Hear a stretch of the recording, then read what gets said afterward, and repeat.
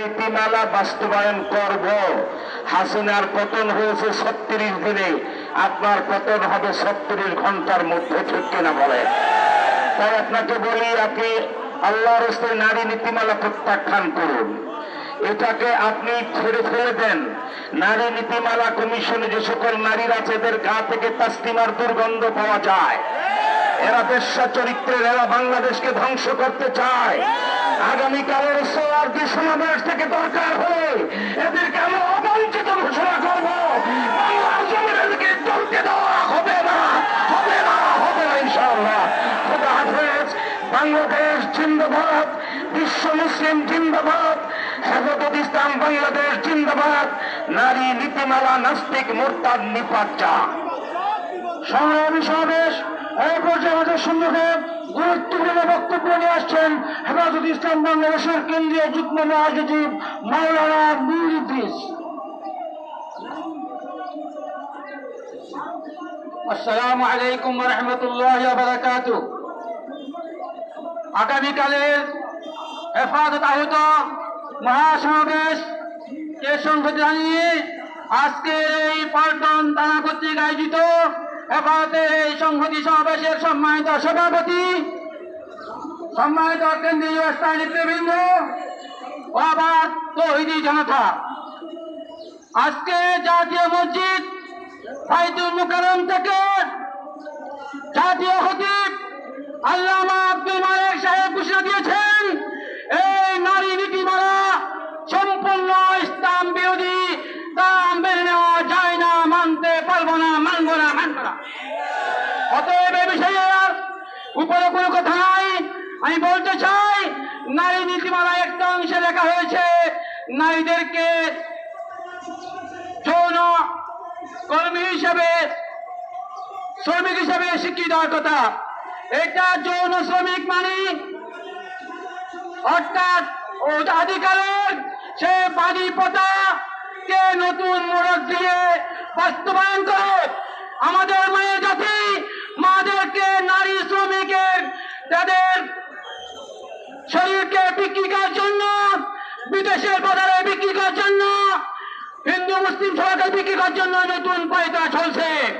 অতএব আমরা এই নারী নীতিমালা বাংলাদেশের মুসলমান এক মিনিটের জন্য মেনে নিতে পারে না। অনতি বিলম্বে এই নারী নীতিমালা প্রত্যাহার করতে হবে। পাশাপাশি এই 4টি দাবি, মামলা, মিথ্যা মামলা প্রত্যাহার এবং গণহত্যার বিষয় এবং বাংলাদেশের পার্শ্ববর্তী রাষ্ট্রে যে মুসলিম চলছে তা বন্ধের দাবি আদায়ের আগামীকালের সমাবেশ সফল করুন, সবাইকে আহ্বান জানিয়ে। পাশাপাশি গত 2 দিন আগে রামপুরা একজন ইমাম সাহেব শেখুল ইসলামকে গুম করা হয়েছে, কোনো হদিস পাওয়া যায়নি। সরকারকে বলতে চাই, ফ্যাসিস্ট সরকার আমলের মধ্যে দিয়ে এখনো গুম খুন পার্টি থাকে, তাহলে আমরা ন্যায় বিচার কোথায় পাবো? অনতি বিলম্বে সংশ্লিষ্ট নামের মুক্তির সন্ধান দিন, না হয় মান আপনার উপর হতাশ হবে। এবার ইসলাম জিন্দাবাদ, এবার ইসলাম জিন্দাবাদ। আগামী মাসের সমাবেশ সফল হোক, সফল হোক। সংগ্রামী উপস্থিতি, সম্মানিত উপস্থিতি, এখন বক্তব্য রাখবেন হেফাজতে ইসলাম বাংলাদেশ পল্টন জোনের অন্যতম উপদেষ্টা ও কেন্দ্রীয় নায়েব আমির হযরত মাওলানা আব্দুল কাইয়ুম সুবহানী।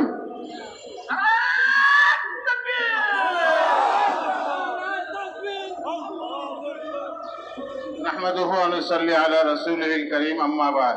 ইনশাআল্লাহ আগামীকালের মহাসমাবেশে আমরা সবাই যোগ দিব, কি বলেন, ঠিক কিনা? এবং এই নারী নীতিমালা সহ অন্যান্য যত কোরআন এবং ইসলাম বিরোধী নীতিমালা প্রণয়ন হচ্ছে, আমরা আমাদের জীবন দিয়ে, আমাদের জান মাল দিয়ে এর বিরোধিতা করে যাব ইনশাআল্লাহ। আল্লাহ আমাদের সঙ্গে আছেন।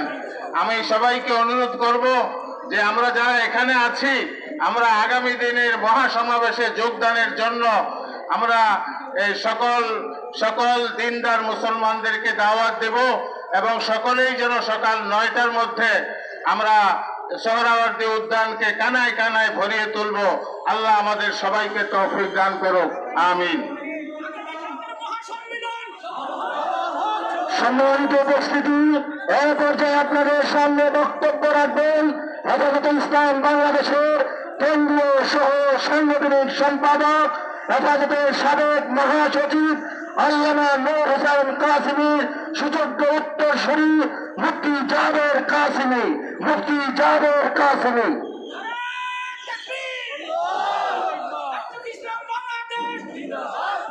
আলহামদুলিল্লাহ ওয়া কাফা ওয়া সালামুন আলা ইবাদিহিল্লাযীনা ইসতাফা, আম্মা বা'দ। আগামীকালকের হেফাজতে ইসলাম বাংলাদেশের যে সম্মেলন, ঐতিহাসিক সোহরাওয়ার্দী উদ্যান